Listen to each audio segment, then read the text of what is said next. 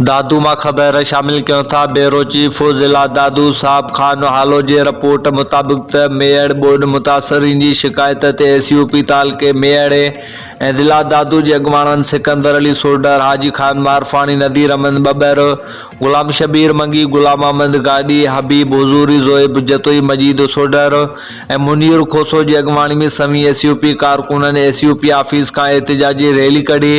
निटरलो समी 2 कलाक Sindh bank mayor के मैनेजर मीर शाह के खिलाफ बैंक अॻियां mayor Khairpur Nathan Shah road ते धरणो हणी सख़्त नारेबाज़ी कई।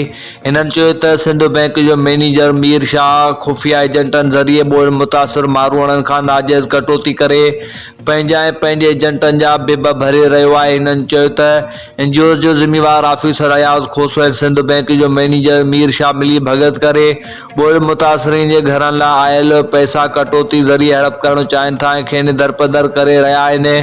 इन्हनि chief justice supreme court of Pakistan, chief justice high court Sindh, आला इदारनि में वेठल इंसान दोस्त धुरन सिंध बैंक के आला ऑफिसरनि साहिबान खे अपील कई आहे त महाकरपेटे मैनेजर मीर शाह के खिलाफ कदम खणी इदारे के बदनामी का बचायो वञे।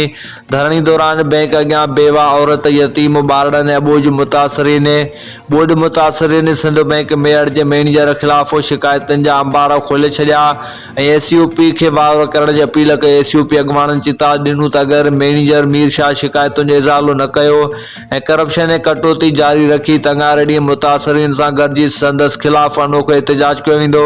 उन मौके ते टावर चौक मेड़ वटि साफ़ इन शहर सिंध यूनाइटेड पार्टी ज़िला दादू के सदर सिकंदर अली सोडर ब्रीफिंग ॾिनी। एहतिजाज जे मक़सद खां आगाह कयो।